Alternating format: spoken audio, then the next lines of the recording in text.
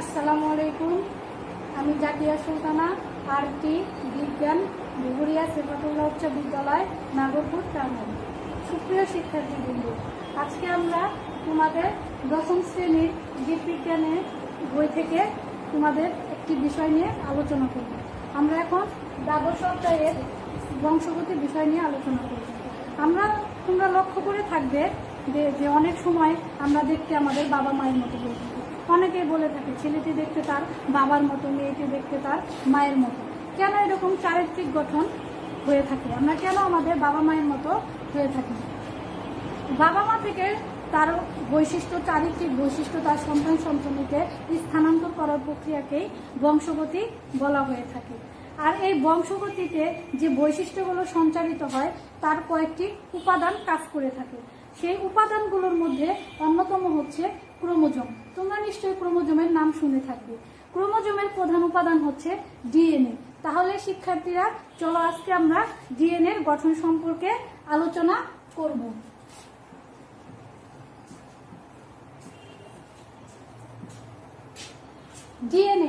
DNA কে আমরা বলে থাকি, ডিএনএ পূর্ণ রূপ হচ্ছে ডিঅক্সিরাইবো নিউক্লিক অ্যাসিড। ডিএনএ কে কি বলা হয়? DNA equal to deoxyribo nucleic acid.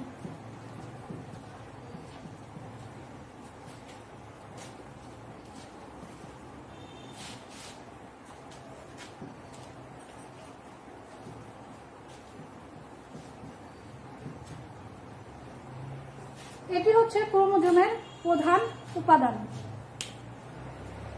এই ডিএনএ কে আমরা গঠন বিশ্লেষণের জন্য আমাদের একটি চিত্রের প্রয়োজন। প্রিয় শিক্ষার্থীবৃন্দ, এই ডিএনএর গঠন সম্পর্কে মার্কিন বিজ্ঞানী ওয়াটসন এবং ইংরেজ বিজ্ঞানী ক্রিক 1953 সালে একটি মডেল উপস্থাপন করেন। সেই মডেলটাই সর্বোচ্চ স্বীকৃত মডেল এবং একে ডিএনএ ডাবল হেলিক্স মডেল নামে আখ্যায়িত করা হয়। এই কাজের জন্য ওনারা দুজন নোবেল পুরস্কারও লাভ করে থাকে। তাদের এই মডেল অনুযায়ী ডিএনএ হচ্ছে একটি সর্পিলাকার, দ্বিসূত্রক সর্পিলাকার গঠন, যা পেঁচানো সিঁড়ির মতো। এখানে তোমার কি থাকে? ডিএনএর মধ্যে থাকে তোমার অজৈব ফসফেট, নাইট্রোজেন গঠিত বেস এবং 5 কার্বনযুক্ত শর্করা। তাহলে আমরা ডিএনএর গঠন বিশ্লেষণ করলে তিনটি জিনিস দেখতে পাই। এক, 5 কার্বন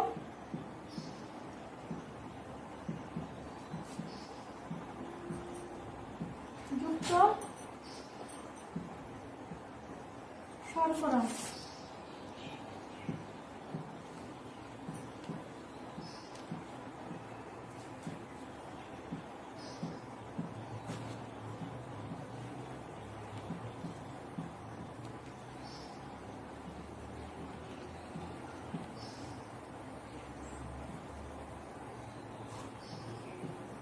নাইট্রোজেন গঠিত বেসের মধ্যে থাকে তোমার অ্যাডেনিন,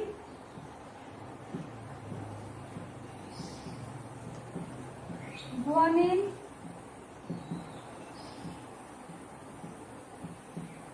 সাইটোসিন,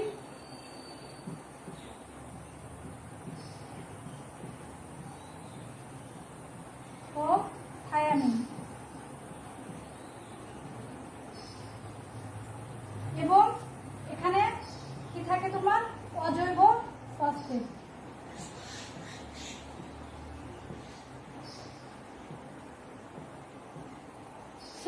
আমরা ডিএনএ কে বিশ্লেষণ করলে কি কি পাই? 5 কার্বনযুক্ত শর্করা, নাইট্রোজেন গঠিত বেস এবং অজৈব ফসফেট। এই তিনটিকে একত্রে নিউক্লিওটাইড বলা হয়ে থাকে। শিক্ষার্থীরা, এই নাইট্রোজেন গঠিত বেসগুলো আমরা 4 ধরনের।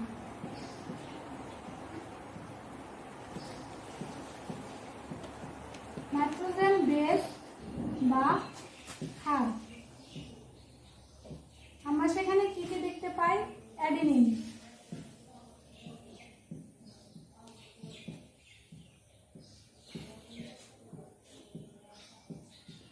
গুয়ানিন, সাইটোসিন,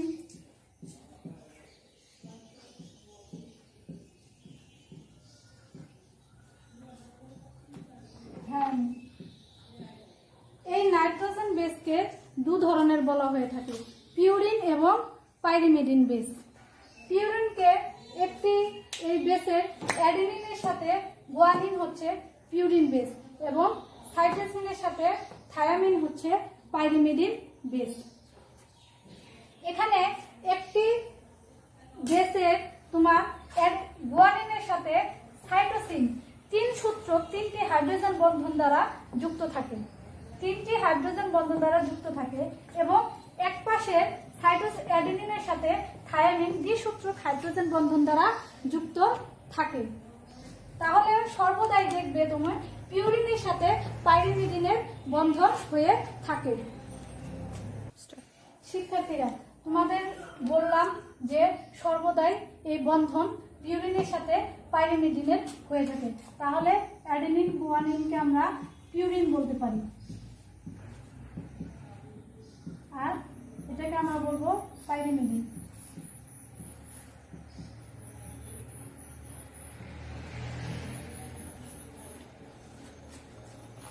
এখানে দুটি সূত্রের মধ্যে একটি অন্যের পরিপূরক, কিন্তু একরকম নয়, কারণ বন্ধন সবসময় সর্বদা পিউরিনের সাথে পাইরিমিডিনের হয়ে থাকে।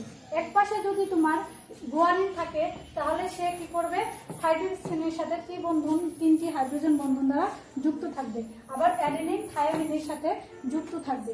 তাই দুটো যে তোমার পেঁচানো সিঁড়ির মতো যে বন্ধন, সেই পেঁচানো সিঁড়িটা দুটা সিঁড়ি তোমার একে অন্যের পরিপূরক, কিন্তু কখনোই একরকম হবে না।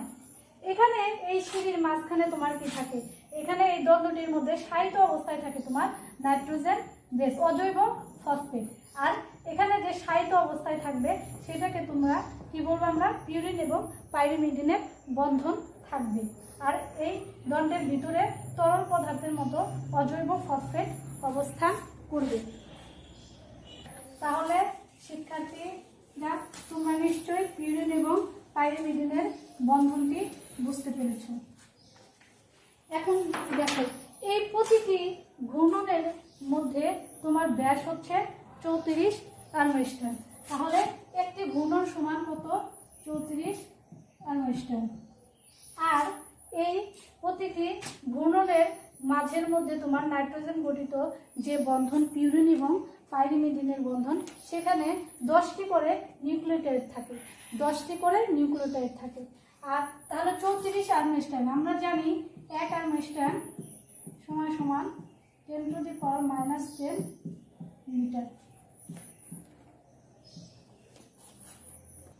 প্রিয় শিক্ষার্থীবৃন্দ, এই ডিএনএ কে হচ্ছে আমরা বংশগতির প্রকৃত ধারক এবং বাহক বলে থাকি, কারণ ডিএনএ পিতামাতা থেকে তার বৈশিষ্ট্য সন্তান সন্ততিতে স্থানান্তর করে থাকে। প্রকৃত কোষে ডিএনএ গুলো সূক্ষ্ম সুতার মতো, কিন্তু আদি কোষে ডিএনএ গোলাকার হয়ে থাকে এবং এই ডিএনএর ব্যাস কয়েক হাজার মাইক্রন পর্যন্ত হয়ে থাকে। প্রতিটি ডাবল হেলিক্স মডেলে ব্যাস হচ্ছে তোমার 20 আর্মস্টার। এখানে আমরা এই ডিএনএ ডাবল হেলিক্স যে পেঁচানো সিঁড়ির মতো থাকে, সেখানে তোমার এই ডিএনএ যখন বংশগতির ধারক এবং বাহক হিসেবে কাজ করে, সে কি করে, কিভাবে বংশ বৃদ্ধি করে। এই ডিএনএ যখন পেঁচানো সিঁড়ি, এই সিঁড়ির মাঝখান থেকে ভেঙে যায় এবং সে আর একটা প্রতিরূপ সৃষ্টি করে নতুন একটি ডিএনএ তৈরি করে। এখানে তোমরা দেখতে পাচ্ছ, এখানে গুয়ানিন সাইটোসিনের সাথে ত্রিবন্ধন দিয়ে যুক্ত আছে, এখানে 3টি হাইড্রোজেন বন্ধন। এভাবে একটা গুয়ানিন সাইটোসিন, একটা সাইটোসিন গুয়ানিন এবং অ্যাডেনিন থায়ামিন এভাবে পরপর সজ্জিত থাকে, একটার সাথে আর একটা। এক পাশে যদি তোমার অ্যাডেনিন থাকে, আর এক পাশে তোমার কি থাকবে, থায়ামিন থাকবে। আবার তোমার বন্ধনের এই পাশে যদি থায়ামিন থাকে, তাহলে এই পাশে অবশ্যই অ্যাডেনিন থাকবে। এই পাশে যদি গুয়ানিন থাকে, এই পাশে অবশ্যই সাইটোসিন থাকবে। আবার যদি অন্য প্যাচের মধ্যে যখন যাবে, আরেকটি ঘূর্ণনের প্যাচের মধ্যে, সেখানে যদি তুমি দেখতে পাও যেখানে সাইটোসিন আছে, মানে তার পরিপূরক অবশ্যই সেখানে গুয়ানিন থাকবে। প্রিয় শিক্ষার্থীরা, তোমরা নিশ্চয়ই খুব ভালোভাবে ডিএনএ গঠন বুঝতে পেরেছো। ডিএনএ কে হচ্ছে আমাদের ক্রোমোজোমের মূল ভিত্তি বলা হয়ে থাকে। এই ডিএনএ এর মাধ্যমে বংশগতির বৈশিষ্ট্য, চোখের রং, চুলের আকৃতি, চারিত্রিক গঠন পিতামাতা থেকে তার সন্তান সন্ততিতে স্থানান্তর হয়ে থাকে। প্রিয় শিক্ষার্থীবৃন্দ, ডিএনএ এর বাইরের দিকে দ্বন্দ্ব দুটি পরপর সুগার এবং ফসফেট দিয়ে তৈরি থাকে। তোমরা নিশ্চয়ই এতক্ষণে ডিএনএ এই ডাবল হেলিক্স মডেলটি ভালোভাবে বুঝতে পেরেছো। আমি আরেকবার রিভিউ করছি। এই ডিএনএ মডেলটি হচ্ছে গঠন তোমার দ্বিসূত্রক ডাবল হেলিক্স মডেল। এখানে তোমার কি কি থাকে? এখানে থাকবে তোমার 5 কার্বনযুক্ত শর্করা, অজৈব ফসফেট এবং নাইট্রোজেন বেস। নাইট্রোজেন বেসের মধ্যে তোমার কি কি থাকে? Adenine, guanine, cytosine, thymine. এই অ্যাডেনিন, গুয়ানিন, সাইটোসিন, থাইমিনকে আমরা দুভাগে ভাগ করি, পিউরিন এবং পাইরোমিডিন। তাহলে একটি পিউরিন আর একটি পাইরোমিডিনের সাথে যুক্ত থাকে সর্বদা। তাহলে নিশ্চয়ই তোমরা এতক্ষণে বুঝতে পেরেছ। প্রিয় শিক্ষার্থীবৃন্দ, তোমরা বাসায় এই ডিএনএ মডেলটি ভালোভাবে পর্যবেক্ষণ করবে এবং ডিএনএর একটি দ্বিসূত্রক মডেল তোমরা তৈরির চেষ্টা করবে। তাহলে আমরা এখন বাড়ির কাজ বলি।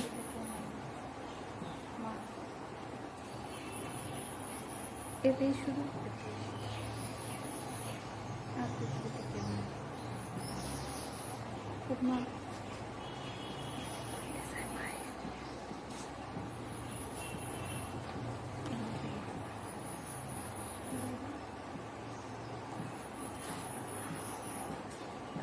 ডিএনএর একটি নমুনা মডেল তৈরি করব।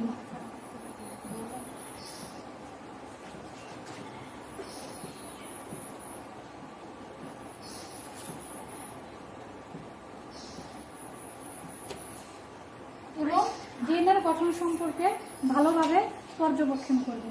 প্রিয় শিক্ষার্থীরা, তাহলে আজকে আমরা ডিএনএর গঠন সম্পর্কে ভালোভাবে জেনেছি এবং এ বিষয়ে বাসায় আমরা প্র্যাকটিস করব এবং আমরা জানি যে ডিএনএ আমাদের জন্য কতটা গুরুত্বপূর্ণ, বৈশিষ্ট্য বহনের ক্ষেত্রে কতটা গুরুত্বপূর্ণ ভূমিকা পালন করে থাকে।